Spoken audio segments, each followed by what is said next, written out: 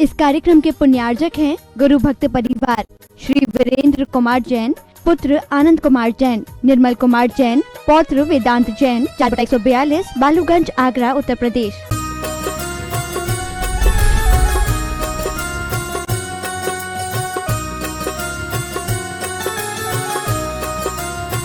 स्वामी भगवान की जय जय जय। परम पूज्य श्रवण कुल तिलक संत श्रोमणी आचार्य भगवान श्री विद्यासागर जी महाराज की जय जय जय। परम पूज्य गुणायतन प्रणेता प्रखर वक्ता भावना योग प्रवर्तक गुरुवर श्री प्रमाण सागर जी महाराज की समस्त मुनि संघ की शंका समाधान के आज के सत्र में आप सभी का हार्दिक अभिनंदन।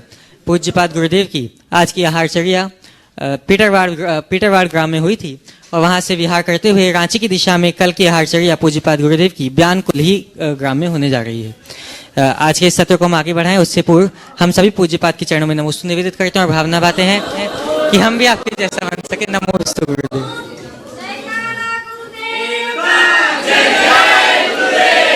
आज के प्रथम प्रश्न के लिए मैं आमंत्रित कर रहा हूं पूर्वा जी बड़जाते, नासिक, महाराष्ट्र से, और आपके बाद तैयार रहेंगे खुश अजमेरा, रामगढ़ से। गुरुदेव के चरणों में त्रिवार नमोस्तु नमोस्तु नमोस्तु। गुरुदेव, मेरी ये शंका है, धर्म श्रेष्ठ है या कर्म? देखो, धर्म श्रेष्ठ है या कर्म? कर्म को भी अपना धर्म मान करके चलना चाहिए और कुकर्म से बचना चाहिए। समझ? नमोस्तु। चलिए। खुश अजमेरा रामगढ़ से अपना प्रश्न उपस्थित करेंगे और आपके बाद तैयार रहेंगे सौभाग्यवती रानी बड़जाते, नासिक। नमोस्तु भगवान, नमोस्तु नमोस्तु। मेरा प्रश्न है, हम अपने व्यवहारिक जीवन में कब असफलता माने जाते हैं और इस समय हमें क्या करना चाहिए? हम अपने व्यवहारिक जीवन में जब असफल कब माने जाते हैं और उस समय हमें क्या करना चाहिए? देखो, सफलता और असफलता के सबके अलग अलग मायने। सफलता का अर्थ ये माना जाता है कि अपने निर्धारित लक्ष्य को प्राप्त कर लेना सफलता है और उसे प्राप्त न कर पाना विफलता है। हर व्यक्ति के रोज नए नए लक्ष्य बनते हैं, उनकी पूर्ति में वो अपने आप को सफल मान लेता है और जब उसकी पूर्ति नहीं होती तो अपने आप को विफल मान लेता है। मेरा मानना है कि सफलता के प्रति ये दृष्टिकोण बहुत अच्छा नहीं। हम किसी लक्ष्य की पूर्ति के लिए प्रयत्न करें और उसकी पूर्णता में हर्षित हों, इसमें कोई हानि नहीं है, अच्छी बात है।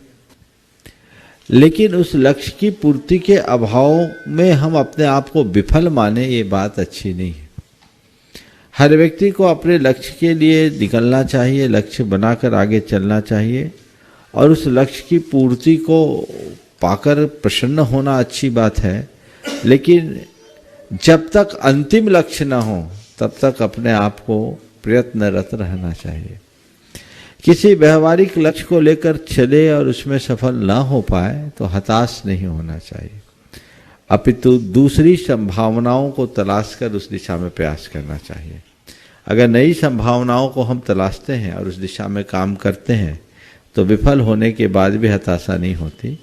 एक रास्ता बंद होगा, दूसरा रास्ता चुनेंगे, जिस रास्ते में हम आगे बढ़ सके उससे आगे बढ़ेंगे, रुकेंगे नहीं। ये हमारा लक्ष्य होना चाहिए। अपना प्रश्न प्रस्तुत करेंगी सौभाग्यवती रानी जी बड़जाते और आपके बाद तैयार रहेंगी मेघा जी बड़जाते, नासिक, महाराष्ट्र। नमस्ते गुरुदेव, नमस्तु। मेरा क्वेश्चन यह है महाराज जी, जब कोई अच्छा कर्म करता है तो फिर अचानक से मृत्यु आती है, तो उसके अच्छे कर्म आड़े क्यों नहीं आते हैं?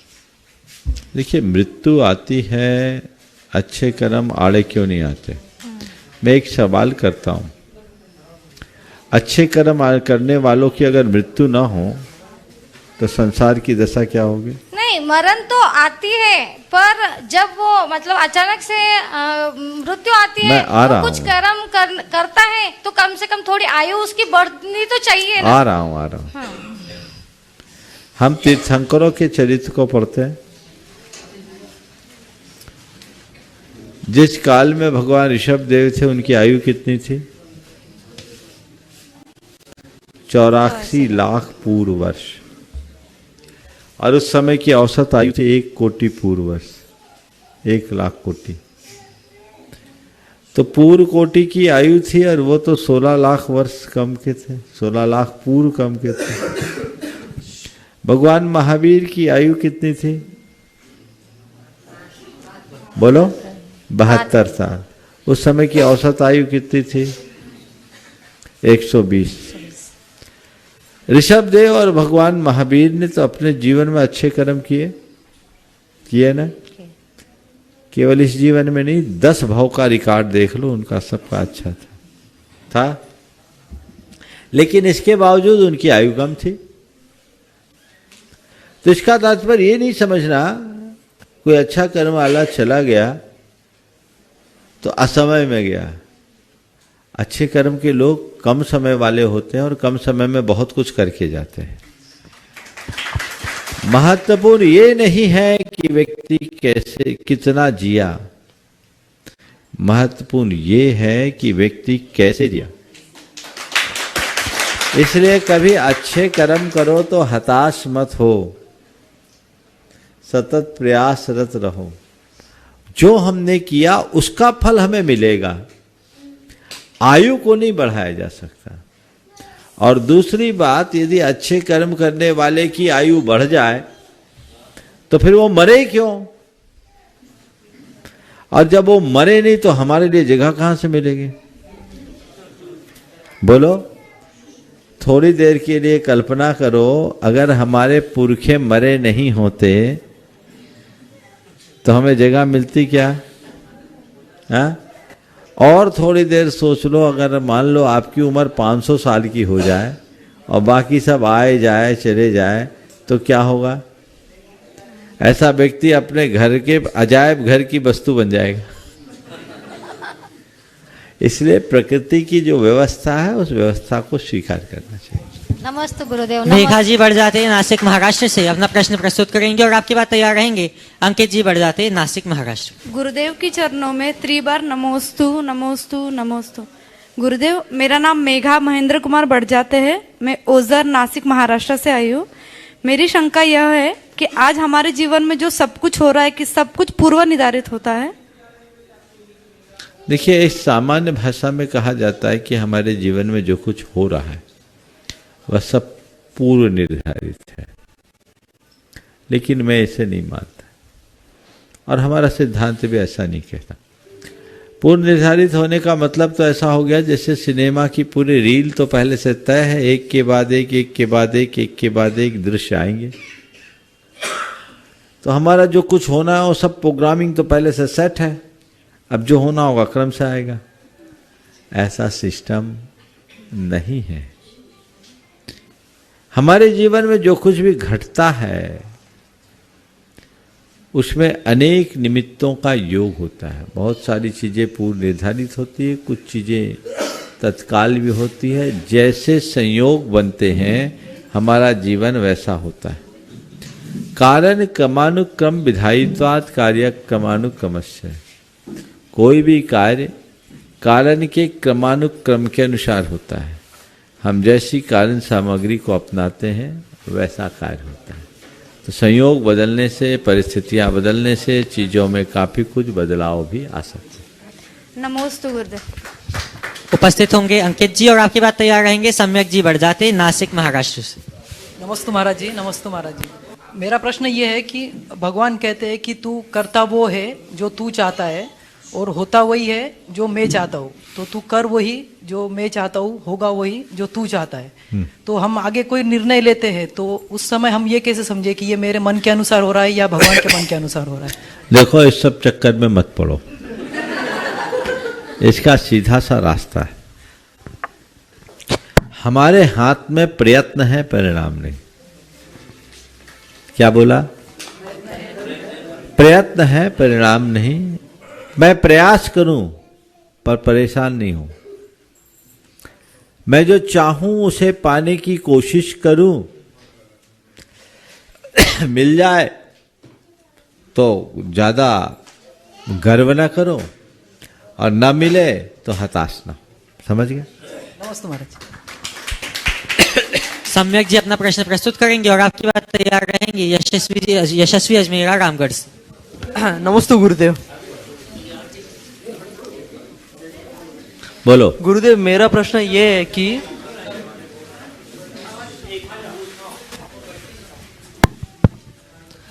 विदेश व्यापार की कारण की वजह से दूसरे देश में जाना पड़े तो, लंबी यात्रा के लिए जाना पड़े तो वेज नॉन वेज होटल में अगर वेज खाना खाते हैं तो उसमें कुछ पाप है क्या, या फिर क्या कर सकते हैं?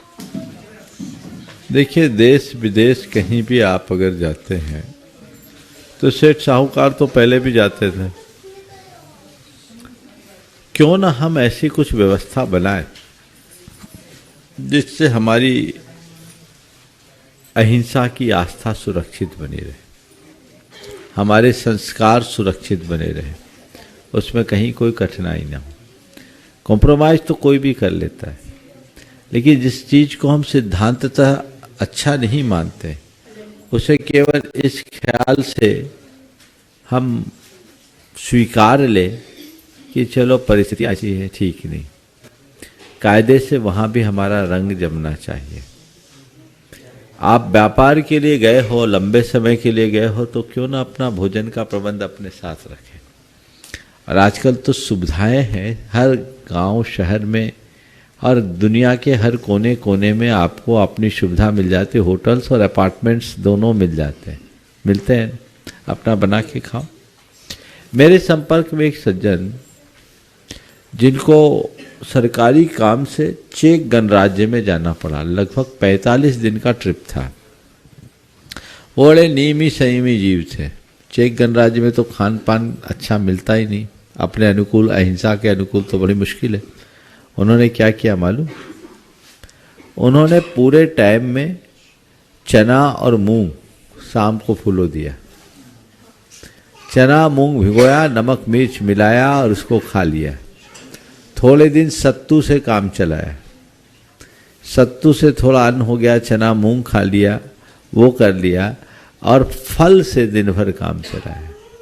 फिर बोला महाराज जी कुछ दिन हमको दिक्कत हुई तो हमने अपने रूम में ये जो चाय का वो आता है ना केटल, उसमें दलिया बनाया।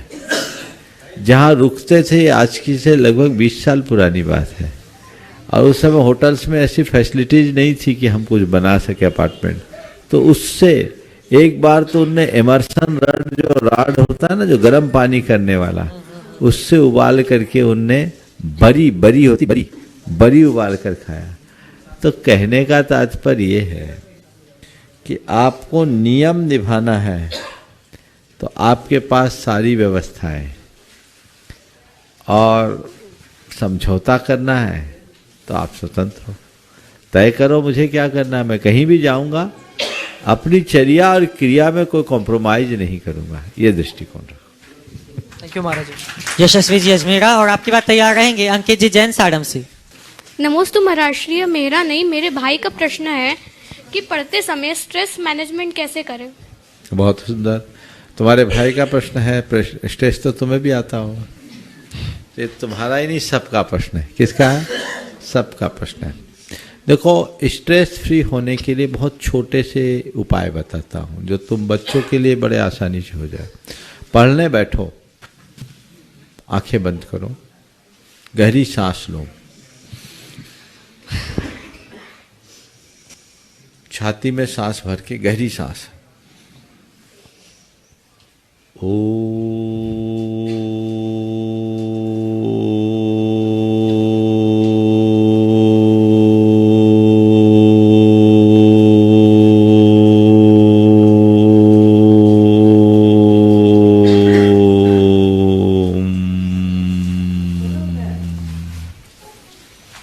ऐसा कम से कम 3 बार, 5 बार 7 बार करो तो अच्छा है। और 3 बार इसको कान बंद करके, कान बंद कर दिया, सांस रखा, सांस भरा और ओठ बंद करके अनुगूंज करो।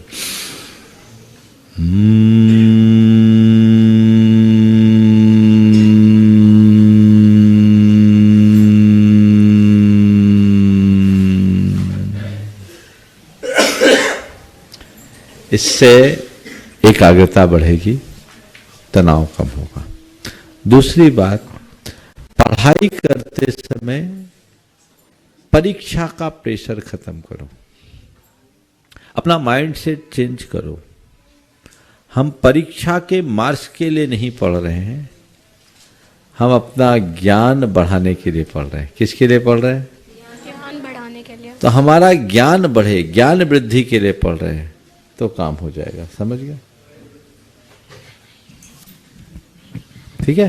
हाँ, उपस्थित होंगे अंकित जी जैन साड़म से और आपके बाद तैयार रहेंगे श्रीमती नीलम जी अजमेरा रामगढ़ से। गुरुवर के चरणों में बारंबार नमोस्तु है। महाराज श्री, मेरा आज का प्रश्न है कि इस भागदौड़ भरी जिंदगी में वर्क लाइफ बैलेंस कैसे करें एंड लाइफ में डिसिप्लिन एंड फोकस होने के लिए क्या करना चाहिए? वर्क लाइफ में बैलेंस और डिसिप्लिन में फोकस करने के लिए क्या करें? वर्क लाइफ में बैलेंस करने के लिए हमें अपने प्रायोरिटीज को तय करना चाहिए, प्राथमिकताएं सुनिश्चित हो। अगर व्यक्ति अपनी प्राथमिकताएं निश्चित कर ले, क्या करना है क्या नहीं करना और किसको हमें कितनी प्रायोरिटीज देना है, तो सब चीज़ें बैलेंस हो जाएंगी। और डिसिप्लिन के ऊपर फोकस रखने के लिए नियमित भावना योग करे और अपने मन को ये कमांड दे, मुझे अनुशासित रहना है, मुझे अनुशासित रहना है, तो डिसिप्लिन आएगा। Thank you. नीलम जी अजमेरा अपना प्रश्न प्रस्तुत करेंगे और आपके बाद तैयार रहेंगे पल्लवी जी अजमेरा रामगढ़ से। नमोस्तु गुरुवर, नमोस्तु नमोस्तु। कहते हैं समय से पहले और भाग्य से ज़्यादा कभी नहीं मिलता। महाराज श्री, जब समय और भाग्य निश्चित है तो कर्म करने में क्या फायदा है? फिर हमें क्या करना चाहिए? इसको भी अपना समय और भाग्य मानकर कर लेना चाहिए। चलिए नमस्ते। अगला उपस्थित होंगी पल्लवी जी अजमेरा रामगढ़ से और आपकी बात तैयार रहेंगी श्रीमती सीमा राजेश जी जैन पिटरवाड़ से। नमोस्तु महाराज श्री, नमोस्तु महाराज श्री, नमोस्तु महाराज श्री। मेरा प्रश्न ये है महाराज श्री कि जब हम गुरुओं को आहार देते हैं, हमारे बच्चे भी हमारे साथ आहार देते हैं और आहार देते वक्त नियम लेते हैं। नियम लेने के बाद जब वो किसी कारणवश या पढ़ाई के कारण उन्हें अगर बाहर जाना पड़ जाता है और वो अपने नियम का पालन करने में कुछ कारणवश असमर्थ रहते हैं, तो ऐसे में उन्हें क्या करना चाहिए या इससे उन्हें क्या दोष पड़े? बच्चों को प्रोत्साहित करना चाहिए, उनको अपने नियमों में दृढ़ रहने का रास्ता बताना चाहिए और कहना चाहिए कि बेटे नियम अगर कोई भी लिए हैं तो नियम लेने के बाद उसे निभाना चाहिए। और बच्चों को मन का मनोबल बढ़ाना चाहिए। ये नहीं कहना चाहिए कि ठीक है नियम टूट गया, कॉम्प्रोमाइज कर लो, बाद में हम प्रायश्चित ले लेंगे। नियम तोड़ने के लिए नहीं लिए जाते, नियम निभाने के लिए लिए जाते। मैं आपको एक उदाहरण देना चाहूँगा। 2007 में जब हम समेत शिखर जी में थे, एक युवक जिसका आईआईटी में सिलेक्शन हुआ, बीएचयू से आईआईटी कर रहा था, उसने कभी रात में खाया नहीं और वहाँ दिन में मिलता नहीं था। उसने आकर के अपनी व्यथा कही कि प्रकट की कि महाराज मैं क्या करूं। 1 साल उसको हो चुके थे।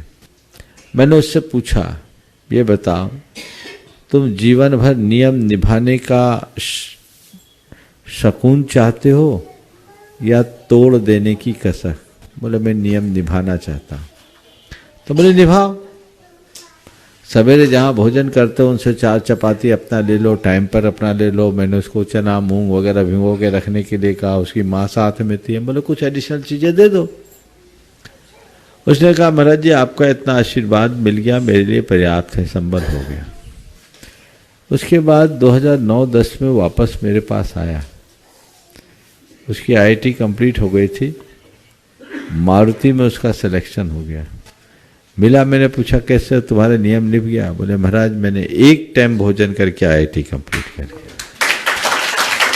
और उस बच्चे में इतना बड़ा रूपांतरण हुआ आगे चलकर कि आचार्य श्री के चरणों में आकर उसने ब्रह्मचर्य व्रत ले लिया और वर्तमान में पूर्णायु की संपूर्ण व्यवस्था को वो देख रहा है।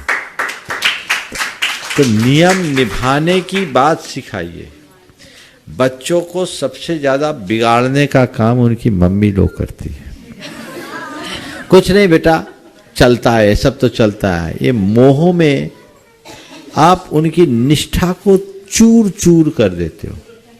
बचपन में ही अगर आपने बच्चों को नियम का महत्व नहीं सिखाया या नियमों को मूल्यहीन बता दिया तो उन बच्चों के लिए नियमों का कोई मूल्य ही नहीं बचेगा। तो नहीं, उनको संबल दीजिए और कहिए कि बेटे कोई भी नियम अगर लिया है तो उसको निभाना है, उसे छोड़ना नहीं। नमोस्तु महाराज। अच्छा, उपस्थित होंगी श्रीमती सीमा राजेश जी बच्चे जैन। बोल रहे हैं कि बड़े बोल रहे हैं? कहीं अपवाद भी हो सकता नहीं है। नहीं, मम्मियाँ नहीं बिगाड़ती, पापा बोलते कुछ नहीं होता है, खाने दे, कुछ नहीं होता दोनों है, तरह की चलता है। मम्मियाँ हैं। चलो, उपस्थित होंगी श्रीमती सीमा राजेश जी जैन पेटरवाड़ से और आपकी बात तैयार रहेंगे वीरेश जी जैन नमोस्तु रामगढ़ गुरुदेव, से। नमोस्तु गुरुदेव, नमोस्तु गुरुदेव। गुरुदेव कहते हैं कि किसी से अगर गलती हो जाती है तो उसे शुभचिंतक बनकर उसके कान में कहे, गांव में नहीं। हाँ। तो अगर गलती कोई अपना मान ले और उसे बार बार उस गलती को दर्शाया जाए तो ऐसी परिस्थिति में हमें क्या करना चाहिए? देखिए, गलती होना स्वाभाविक है और इसके बाद यदि व्यक्ति गलती को स्वीकार करके अपना सुधार कर रहा है तो हमें उस व्यक्ति के प्रति अपना नज़रिया बदलना चाहिए, दृष्टिकोण बदलना चाहिए। गलतियां सबसे होती और किसी की गलती को सुधारना है तो हमारे यहाँ एक शब्द आता है उपवूहन, यानी उसकी गलती को ढांको और फिर धीरे से सुधारो। उसका ढिंढोरा पीट करके आप किसी को नहीं सुधार सकते। तो गलतियों के प्रति बहुत गंभीरता रखनी चाहिए। जो लोग संवेदनशील होते हैं वे कभी ऐसा नहीं करते और किसी की गलती के होने के बाद इस तरह से प्रचार प्रसार कर रहे हैं, यानी देशमूलक दृष्टिकोण है। हम देश के बल पर किसी को सुधार नहीं सकते, प्यार से ही हम किसी को सुधार सकते हैं, इसलिए इसका ध्यान रखना है। नमोस्तु। उपस्थित होंगे श्रीमान वीरेश जी जैन रामगढ़ से और आपकी बात तैयार रहेंगी श्रीमती हीरा जी बड़जात्या हजारीबाग। नमोस्तु महाराज श्री। जल्दी स्कूल होने के कारण हम लोग मंदिर नहीं जा पा रहे, तो हम लोग को क्या करना चाहिए? घर में प्रार्थना करके जाना चाहिए, घर में पाठ करके नमोकार जप के जाना चाहिए और संडे के दिन पूरी कोटा पूरा कर लेना चाहिए। ठीक है, चलिए। नमस्ते। श्रीमती हीरा जी बड़जात्या हजारीबाग से अपना प्रश्न प्रस्तुत करेंगी और आपकी बात तैयार रहेंगी आशिता जी अजमेरा महाराष्ट्र नंदुरबार से। मैं हजारीबाग से हीरा बड़जात्या। कापे दुनिया देख दिसंबर, दिसंबर कापे देख दिगंबर, दिगंबर भेष की मेहमान नारी, शीत ऋतु भी इससे हारी। नमस्ते भगवान, नमस्ते भगवान, नमस्ते भगवान। महाराज जी, बचपन में शायद आपने भी सुना होगा, किसी गायक ने गाया है, सजन रे झूठ मत बोलो, खुदा के पास जाना है, न हाथी है न घोड़ा है, तुझे पैदल ही जाना है। तो महाराज जी, मेरी शंका है कि जब शरीर से आत्मा निकल जाए तो पैदल कैसे जाएंगे भगवान के पास? भगवान अपने आप बुला लेंगे। तो फिर ये गाना फिर कैसे कहते हैं भगवान का प्यारा हो गया। हाँ। और जब भगवान का प्यारा हो जाता है उसकी व्यवस्थाएं अपने आप बन जाती है। ये सब हम अशरीर रूप से चले जाते हैं, ये कहने की बातें हैं, उसके लिए कोई साधन नहीं है, यहाँ से हमें खाली हाथ जाने। नमस्ते महाराज जी, नमस्ते महाराज जी। आशिता जी अजमेरा उपस्थित होंगी और आपकी बात तैयार रहेंगे संस्कार जी जैन बनगांव से। नमस्ते महाराज जी, मेरा नाम आशिता है। मेरा क्वेश्चन है कि आप पैदल क्यों चलते हो? बहुत अच्छा सवाल है। देखो, हम पैदल इसलिए चलते कि गाड़ी कहाँ से लाएंगे, और गाड़ी आप लोग लाके दे भी दोगे तो गाड़ी से जो जीव हिंसा होगी उसको कौन बचाएगा? गाड़ी के पहिए चलते हैं, कितने प्रकार के जीवों को रौंदते हुए चलते हैं कि नहीं चलते हैं? हाँ, तो उस हिंसा से हम कैसे बचेंगे? इसलिए हम अहिंसा का पालन करने के लिए, निर्द्वंद और निरालंब बने रहने के लिए पैदल चलते हैं। संस्कार जी उपस्थित होंगे और आपकी बात तैयार रहेंगी जैनिशा जी अजमेरा नंदुरबार से। गुरुदेव के चरणों में नमोस्तु, छुल्लक जी के चरणों में इच्छामि। महाराज जी, अध्यात्म और सिद्धांत में क्या अंतर है और पहले क्या पढ़ना चाहिए? अध्यात्म जिसमें विशुद्धतया आत्म तत्व की चर्चा, और सिद्धांत जिसमें प्रमाण नए निक्षेप आदि की चर्चा, द्रव्यगुण पर्याय की चर्चा। हमें दोनों को पढ़ना चाहिए। सिद्धांत को जानोगे तभी अध्यात्म में डूब पाओगे। तो महाराज जी, पहले क्रम से दोनों चीजों को पढ़ो। नमस्ते। उपस्थित होंगी जैनिशा जी अजमेरा नंदुरबार से और आपकी बात तैयार रहेंगी श्रीमती मीना जी अजमेरा नंदुरबार महाराष्ट्र से। नमोस्तु महाराज जी, नमोस्तु महाराज जी, नमोस्तु महाराज जी। महाराज जी, मेरा प्रश्न है कि जब तीर्थंकर जीव जन्म लेते हैं तब सारे जग में शुभ वातावरण हो जाता है। जब पापी जीव जन्म लेते हैं तो ऐसे क्या संकेत होता है और उस पापी जीव को हम पुण्यात्मा जीव में कैसे कन्वर्ट कर सकते हैं? ये बात तो आगम में मिलते हैं कि तीर्थंकर के जन्म के समय चारों तरफ शुभ वातावरण बनता है। पापी जीव के जन्म के पहले कोई अच्छा वातावरण नहीं बनता। तो उदाहरण के लिए सूरज उगता है तो उससे पहले पौ फटती है, लाली छा जाती है। पौ फटने के बाद सूरज उगता है, लेकिन अंधेरे के लिए क्या होता है? सूरज का डूबना ही पर्याप्त है। पर महाराज जी सुनो तो पूरी बात। अंधेरे के लिए सूरज का डूबना ही पर्याप्त है। महापुरुषों के अभ्युदय से पूर्व प्रकृति में वह उसका प्रभाव उनके आने से पहले ही हो जाता है, लेकिन पापी लोगों के आगमन से पूर्व कोई ऐसी व्यवस्था शास्त्रों में देखने को नहीं मिलती। वो अंधेरा है, एक साथ आए। तो उसे पुण्य में फिर उस पीरियड में हमें अब आपका जो दूसरा सवाल है कि उसके पुण्य को पाप को पुण्य में कैसे परिवर्तित, ऐसी कोई टेक्नोलॉजी नहीं है। अपने किए गए पाप को तो भोगना ही पड़ेगा। ऐसे लोगों की बुद्धि ही नहीं सलटती। पापी जीवों की बुद्धि पाप में होती है और अपनी पाप बुद्धि के कारण वो अच्छे का रास्ते पर अपनाते ही नहीं। रावण पापी था, उसको ज्ञान भी था, कितने लोगों ने समझाया, पर उसकी बुद्धि उल्टी हो गई। तो जिनकी होनहार खोटी होती है उसकी बुद्धि भी उल्टी होती है, वो कभी रास्ते पे नहीं। चलिए उपस्थित होंगी श्रीमती मीना जी अजमेर और आपकी बात तैयार रहेंगी श्रीमती मंजू शांतिनाथ जी पाटौदी पीटरवाड़। नमस्ते महाराज जी, नमस्ते महाराज। मेरा ये सवाल है महाराज जी, अशुभ कर्म से शुभ कर्म में कैसा जाना चाहिए? क्या? अशुभ कर्म से शुभ कर्म में कैसा जाना चाहिए? अशुभ आलम्बन को छोड़कर शुभ आलम्बन अपनाना चाहिए, अपने आप कर्म बदल जाएगा। हाँ। नमस्ते महाराज जी। श्रीमती मंजू शांतिनाथ जी पाटौदी पीटरवाड़ से अपना प्रश्न उपस्थित करेंगे और आपकी बात तैयार रहेंगे पंकज जी पाटौदी एक विशेष सूचना के साथ। महाराज श्री के चरणों में त्रिबार नमोस्तु नमोस्तु नमोस्तु। इच्छा में महाराज, जैन धर्म के हिसाब से वास्तु दोष कितना सही है और कितना गलत? कोई कहते हैं सही है, कोई कहता गलत है। यहाँ तक कि आजकल जैसे अपन नया घर बनाते हैं तो शांति विधान के साथ वास्तु दोष की भी पूजा करवाते हैं। देखिए, वास्तु दोष को लेकर आजकल लोगों ने हवा बना दिया। मैंने अनेक बार कहा कि वास्तु को मानो पर वास्तु का हवा मत मानो। वास्तु बहुत कुछ है पर सब कुछ नहीं। द्रव्य क्षेत्र काल भाव की शुद्धि होनी चाहिए, लेकिन आजकल वास्तु के नाम पर बहुत सारे छुटभैया वास्तु इस तरह की सलाहें देते हैं जिससे सामने वाले पूरी तरह उलझ जाते हैं और बहुत सारी परेशानियां भी आ जाती हैं। और हर बात को वास्तु से जोड़ देना ठीक नहीं है। द्रव्य क्षेत्र काल भाव है तो उसमें क्षेत्र के साथ द्रव्य काल भाव भी है, उन सबको लेकर चलना चाहिए। मैंने अनेक बार इस पर मार्गदर्शन दिया है, आज ज़्यादा बताने की मानसिकता नहीं है, लेकिन इतना ही है, नया बनाओ, यथासंभव वास्तु को रखो, लेकिन सब कुछ वास्तु से मिले कोई जरूरी नहीं है। इसे देखा। और वास्तु पूजा है क्या? वास्तु की कोई पूजा नहीं। वास्तु का कोई, वास्तु कहलाता मकान।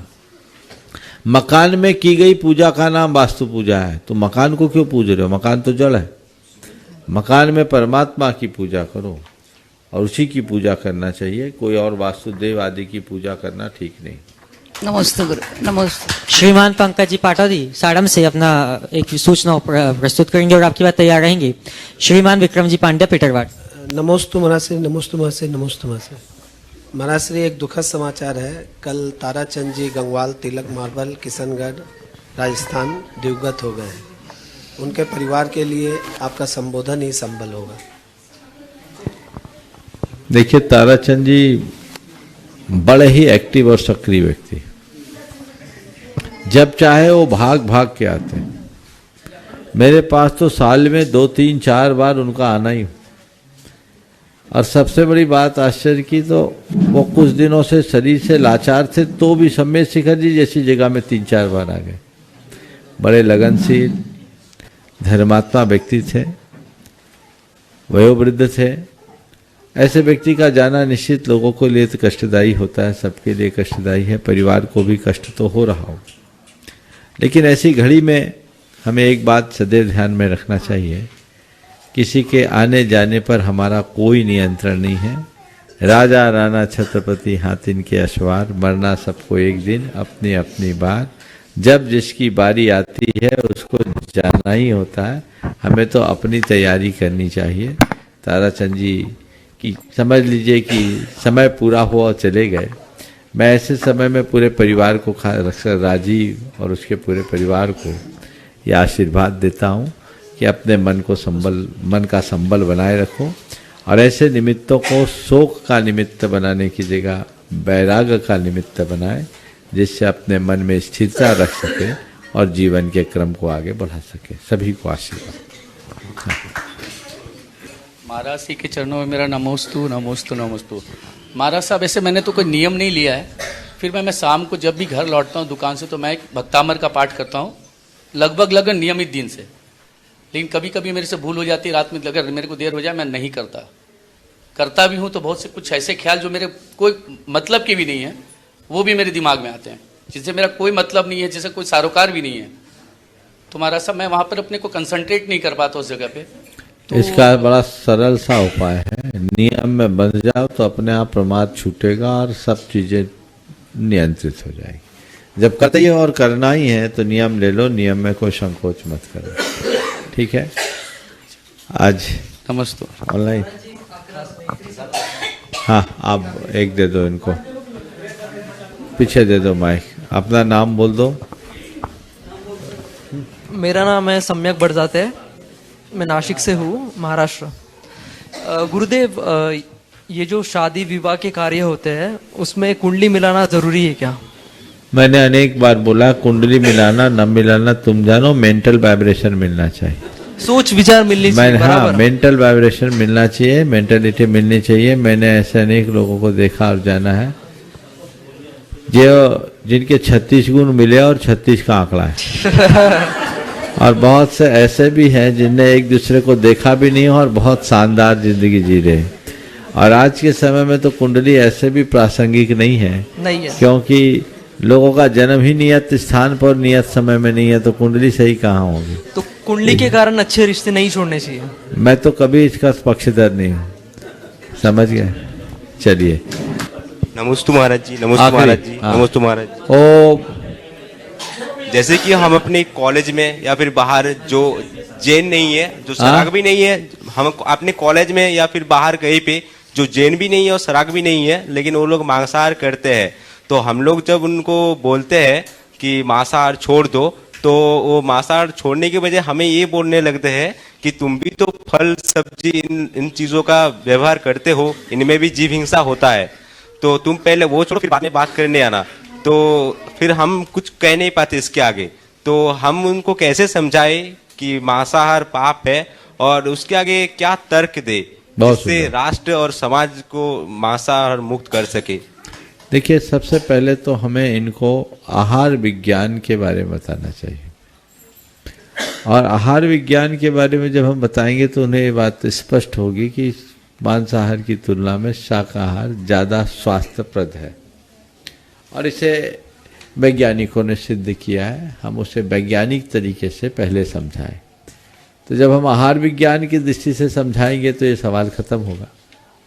दूसरी तरफ से जब हम हिंसा और अहिंसा की बात करते हैं तो उन्हें हमें ये समझाना चाहिए कि प्लांट और एनिमल दोनों समान नहीं है। एनिमल की लाइफ सर्किल बड़ी होती है, प्लांट की नहीं होती।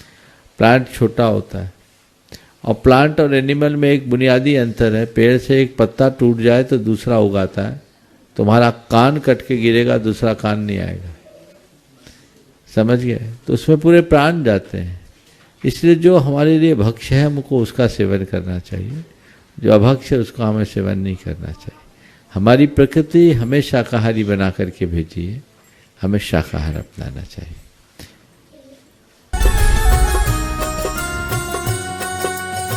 शुभोक्षार जी महाराज अपना प्रश्न करेंगे और हमारी शंका करके हमारे शांति को प्राप्त करें। पूज्य मुनिवर के श्री चरणों में बारंबार नमोस्तु नमोस्तु नमोस्तु। महाराज जी, नमोकार मंत्र के साथ जो चत्तारी दंडक आता है उसकी रचना संबंधी प्रश्न है कि उसकी रचना किसने की है, और आजकल जैसे चत्तारी दंडक में 4 मंगल, 4 उत्तम और 4 शरण की विस्तार किया है, तो आजकल लोग इससे विपरीत जा रहे हैं, तो उनके लिए उनके कल्याण इसी भावना से मार्गदर्शन। नमस्ते। देखिए, बहुत अच्छी बात आपने आज पूछी है। अणमुकार महामंत्र की आराधना तो हम सब लोग करते हैं, लेकिन नमोकार मंत्र के साथ ये दंडक है, चत्तारी मंगलम, अरहंता मंगलम, सिद्धा मंगलम, साहू मंगलम, केवली पन्नतो धम्मो मंगलम।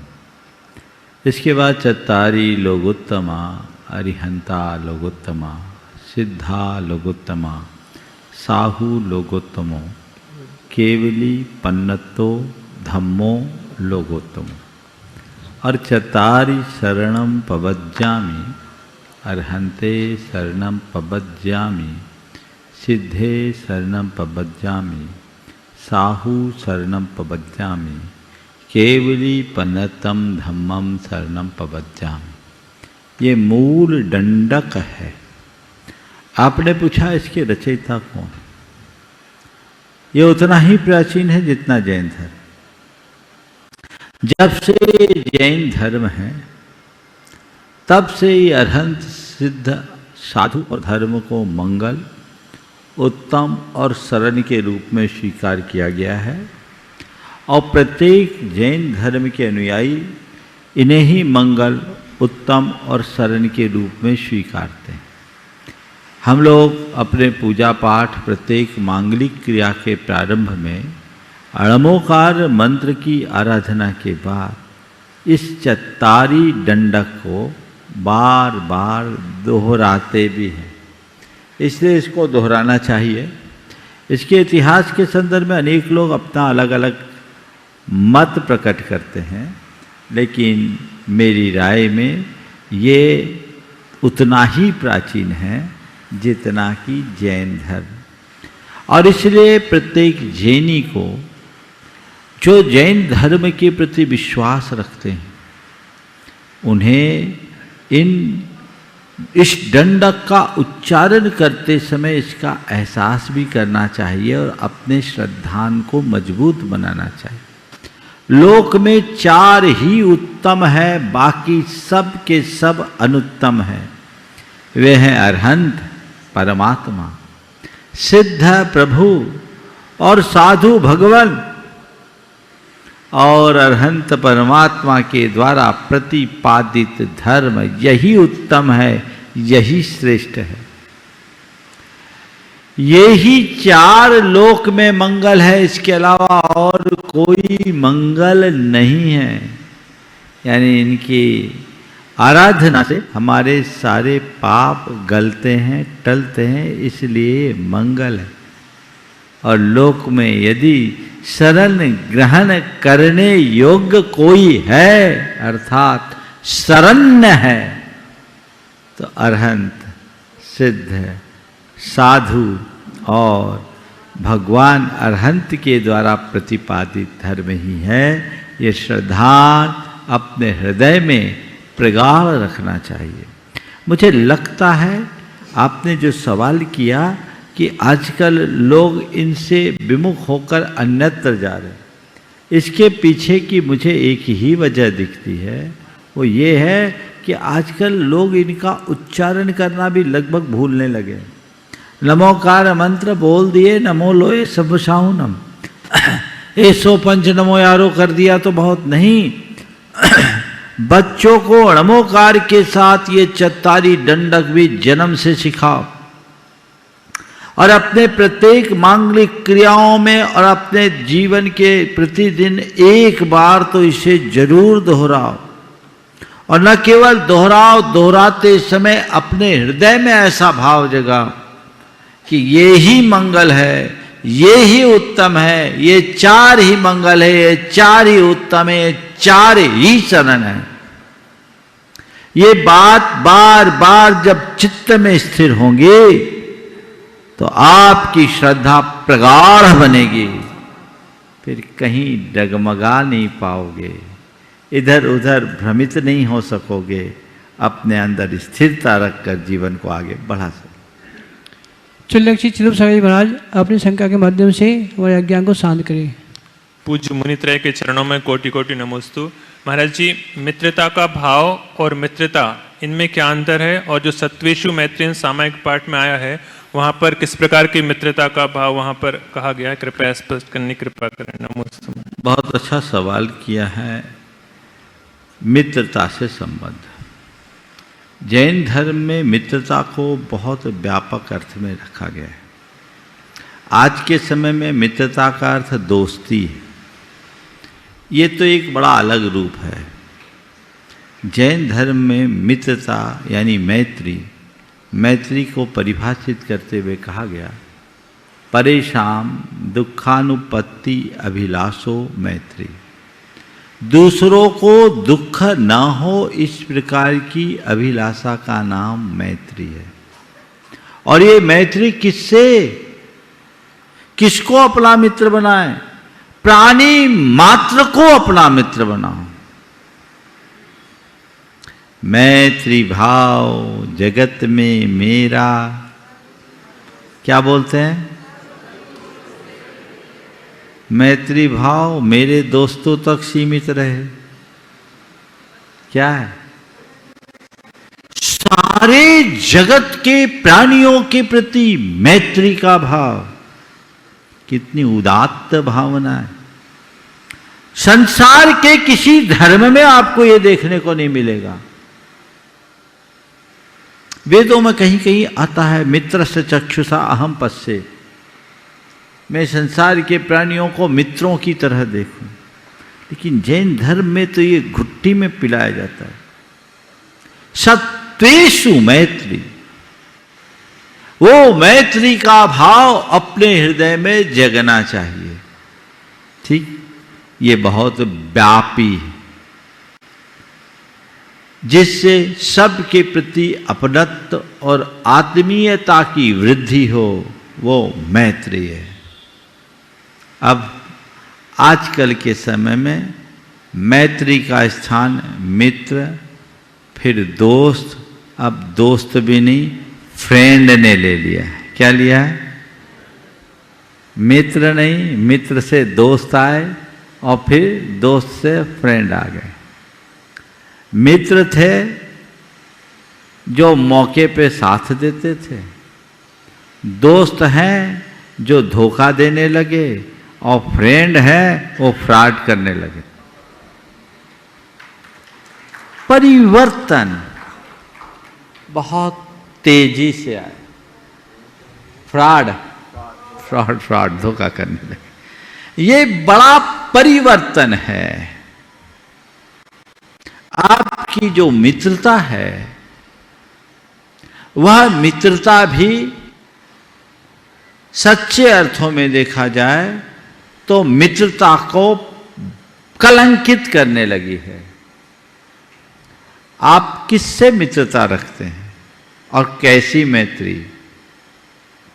अगर हम अपनी मित्रता की भी बात करें, जिनसे हमारी प्रगाढ़ता हो, निकटता हो, तो मित्रता किससे होनी चाहिए और हमारी मित्रता कैसी होनी चाहिए? बस दो बातें मैं आज के संदर्भ में कहूँगा। मित्रता किससे हो? मित्रता उससे करो जिसका आचरण अच्छा हो, जिसका व्यवहार अच्छा हो, जिसकी सोच अच्छी हो और जो तुम्हें सदैव अच्छी सलाह दे। आचरण अच्छा, व्यवहार अच्छा, सोच अच्छी और सलाह अच्छी, वही मित्र होने के लायक है। जो तुम्हें सकारात्मक प्रेरणा दे और गलत कार्य से रोके, वो मित्र है। बाकी सब मित्र के रूप में दुश्मन है। मित्र वो है जो तुम्हारे हित की सोचे, तुम्हारी खुशी की नहीं। मैत्री की परिभाषा कुछ इस तरह से भी की गई, पर हित चिंता मैत्री। दूसरों के हित की चिंता का नाम मैत्री है। हित शब्द बहुत व्यापक है। ये मेरा दोस्त है, ये गलत कार्य कर रहा है, मैं इसे टोकूंगा, इसे बुरा लगेगा, ऐसा सोचने वाला मित्र नहीं, मित्र के भेष में दुश्मन है। अगर ये मेरा मित्र है तो मेरी जिम्मेदारी बनती है कि मैं इसके हित की रक्षा करूं, इसके हित के पथ पर लगाऊं। ऐसे को मित्र बनाओ जो खुद अंधेरे में रहे और तुम्हें अंधेरे में ढकेले, उससे तो अच्छा दुश्मन है। उनसे दूरी रखो सुरक्षित, और कदाचित खुद भले अच्छा हो लेकिन तुम्हें गलत से न रोके तो भी वह मित्र कहलाने लायक नहीं होना चाहिए। 3 मित्र मुझसे जुड़े हुए, बड़ी प्रगाढ़ता थी। 2 बाहर पढ़ने गए, एक अपने नगर में पढ़ा। संयोग बाहर पढ़ने वाले तो बड़े अच्छे से पढ़ लिख करके आ गए, जो नगर में था वो कुछ बिगड़ गया गलत संगति के प्रभाव में आकर। जब पढ़ाई करके मित्रगण वापस आए, उन्होंने इसे देखा तो पहली ही मुलाकात के बाद कह दी कि हमें बहुत दुख है कि तुम भटक गए। अच्छा है कि तुमने पैसा अच्छा कमाया, लेकिन जो तुम्हारा चाल चलन है ये ठीक नहीं। अब हम तुमसे इतना ही निवेदन करते हैं, या तो तुम अपनी बुराई छोड़ो या हमसे दोस्ती, दोनों में कोई एक चीज चुनो। वो तीनों मित्र ऐसे थे जो क्लास 1 से एक बेंच में पढ़े थे। दोस्ती प्रगाढ़ थी। उसको भी लगा कि ये मित्र तो मेरे हितैषी ही हैं। अंततः उसने अपनी बुराई छोड़ा, मित्रों को नहीं छोड़ा। ऐसी मैत्री होनी। अरे वो तो उसका पर्सनल मामला है, हम क्या बोले, वो सब मतलबी और खुदगर्जी व्यक्ति है। ऐसे लोगों को मित्र मत मानना, और इनसे यदि अपना रिलेशन भी रखना है तो एकदम फॉर्मल रखना, अंतरंग से मत जुड़ना, नहीं तो धोखा खाओगे। और मित्र मित्र होता है, ये गर्लफ्रेंड और बॉयफ्रेंड का चक्कर भी बड़ा खराब है। ये फ्रेंड हो तो समझ में आए, गर्ल और बॉय आए तो सब गड़बड़। इसलिए बहुत व्यापकता से समझकर मैत्री को चरितार्थ करना चाहिए और जीवन को आगे बढ़ाना चाहिए। 15 दिन में नॉर्मल हो गए, और बहुत पुरानी बात है, आज से 28 साल पुरानी, आज तक भले जाए। तो पहली बात, आज के संदर्भ में ये ज़्यादा इन सब बातों पर भरोसा मत करो, ये प्रायः ढकोसले ज़्यादा है। हाँ, क्या इनका अस्तित्व नहीं होता? मैं ऐसा नहीं कहता, अस्तित्व होता है, लेकिन हर बात में इनको ही जोड़ना ठीक नहीं है। शास्त्रों के अनुसार बैंतरों ने मुनियों पर उपसर्ग भी किए, करते हैं। भगवान पार्श्वनाथ पर भी ज्योतिषी देव ने उपसर्ग किया था, संवर देव था। तो ये चीज़ें हैं, लेकिन ये एक्सेप्शनल है। हर छोटी बड़ी घटना को भूत व्यंतर से जोड़ोगे तो बाबाओं की दुकान ही चलेगी और कुछ नहीं होगा। अपने आप को स्ट्रांग बनाइए और इस प्रकार के थोथे विश्वासों से मुक्त रहिए। महाराज जी को त्रिबार नमोस्तु, छुल्लक जी को इच्छामि। महाराज जी, जरूरी नहीं कि अच्छी बातें करने वाले हर इंसान अच्छे होते हैं। आजकल तो साजिश रचने वाले भी बहुत मीठा बोलते हैं। कृपया मार्गदर्शन। बिल्कुल सही बात है, अच्छी बातें करने वाले हर इंसान अच्छे नहीं होते, साजिश रचने वाले मीठा बोलते हैं। इसलिए ज़्यादा मीठा बोलने वाले से सावधान रहना। हमारे यहाँ एक बहुत पुरानी कहावत है, असति च भवति सलज्जा क्षारम जलम शीतलम भवति। उल्टा स्त्री लज्जा का ज़्यादा नाटक करती है और खारा पानी ज़्यादा ठंडा होता है। इसलिए यदि कहीं अपने को ज़्यादा मधुरता दिख रही है ना, तो थोड़ी परीक्षा करना चाहिए, नहीं तो ठगे जाओगे। एक कहावत है, मीठी छुरी, है ना, तो ये मीठी छुरी बहुत तीखी होती है, उसके परिणाम बहुत भयानक होते हैं। इसलिए बहुत सोच समझ कर काम करना चाहिए और उसी अनुरूप कार्य होना चाहिए। हाँ, मैं परम पूज्य गुरुदेव के स्वास्थ्य लाभ की मंगल कामना से, गुरुदेव के स्वास्थ्य में अभी स्थिरता बनी है, हम ये समझें कि वह जल्दी पूर्णतः स्वस्थ हों, इसलिए जाप करा करके आज यहीं विराम लूँगा, क्योंकि आज काफ़ी लंबा चलकर आना हुआ है, थकान है। इसलिए आज के सत्र को ऑनलाइन प्रश्न से रहित रखकर सीधे करेंगे और हम लोग जाप करेंगे। मैं बोलूँगा, आप सब दोहराएंगे। ओम ह्रीं अर्हंसि पार्श्वनाथ जिनेन्द्राय नमो नमः। ओम ह्रीं अर्हंसि पार्श्वनाथ जिनेन्द्राय नमो नमः। ओम ह्रीं अर्हंसि पार्श्वनाथ जिनेन्द्राय नमो नमः।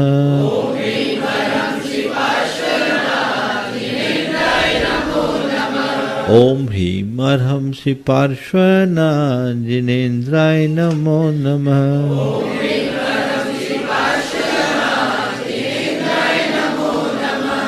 ह्रीं अर्हंसि पार्श्वनाथ जिनेन्द्राय नमो नमः। ओम ह्रीं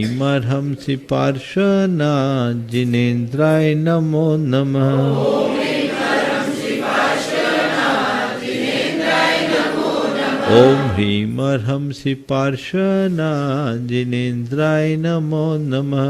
ओम ह्रीं अर्हंसि पार्श्वनाथ जिनेन्द्राय नमो नमः। ओम ह्रीं अर्हंसि पार्श्वनाथ जिनेन्द्राय नमो नमः।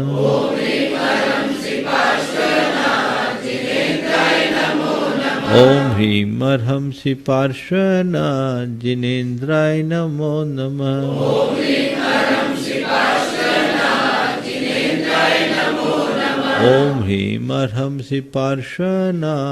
जिनेन्द्राय नमो नमः।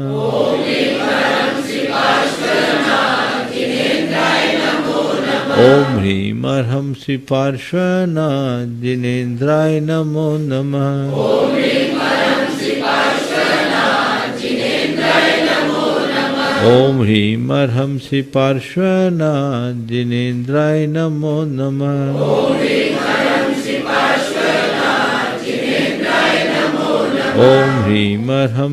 ओम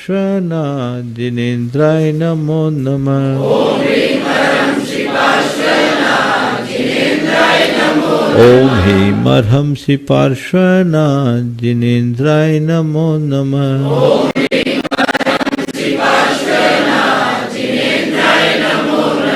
ओम ह्रीं अर्हंसि पार्श्वनाथ जिनेन्द्राय नमो नमः। ओम ह्रीं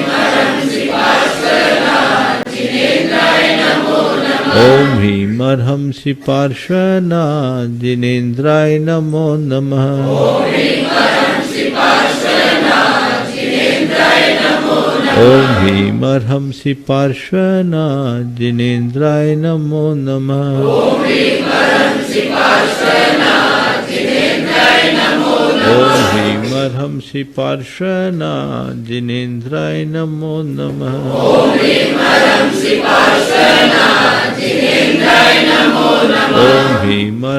पार्श्वनाथ जिनेन्द्राय नमो नमः। ओम ह्रीं अर्हंसि पार्श्वनाथ जिनेन्द्राय नमो नमः। ओम ह्रीं अर्हंसि पार्श्वनाथ जिनेन्द्राय नमो नमः।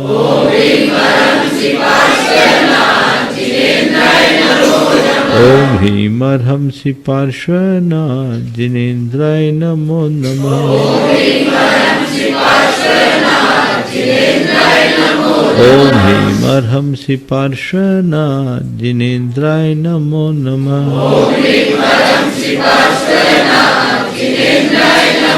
ओम ह्रीं अर्हंसि पार्श्वनाथ जिनेन्द्राय नमो नमः। ओम ह्रीं अर्हंसि पार्श्वनाथ जिनेन्द्राय नमो नमः। ओम ह्रीं अर्हंसि पार्श्वनाथ जिनेन्द्राय नमो नमः।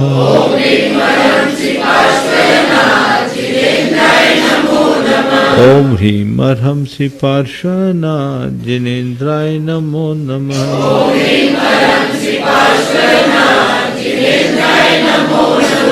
ओम ह्रीं अर्हंसि पार्श्वनाथ जिनेन्द्राय नमो नमः।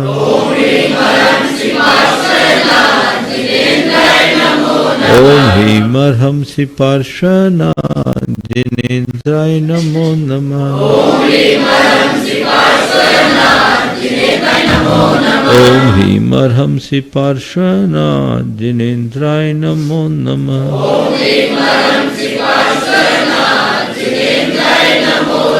ओम ह्रीं अर्हंसि पार्श्वनाथ जिनेन्द्राय नमो नमः।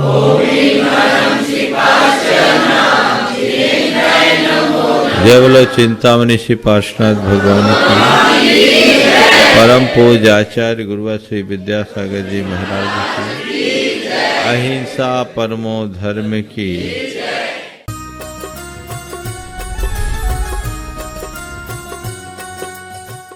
इस कार्यक्रम के पुण्यार्जक थे गुरु भक्त परिवार श्री वीरेंद्र कुमार जैन, पुत्र आनंद कुमार जैन, निर्मल कुमार जैन, पौत्र वेदांत जैन, 4/142 बालूगंज, आगरा, उत्तर प्रदेश।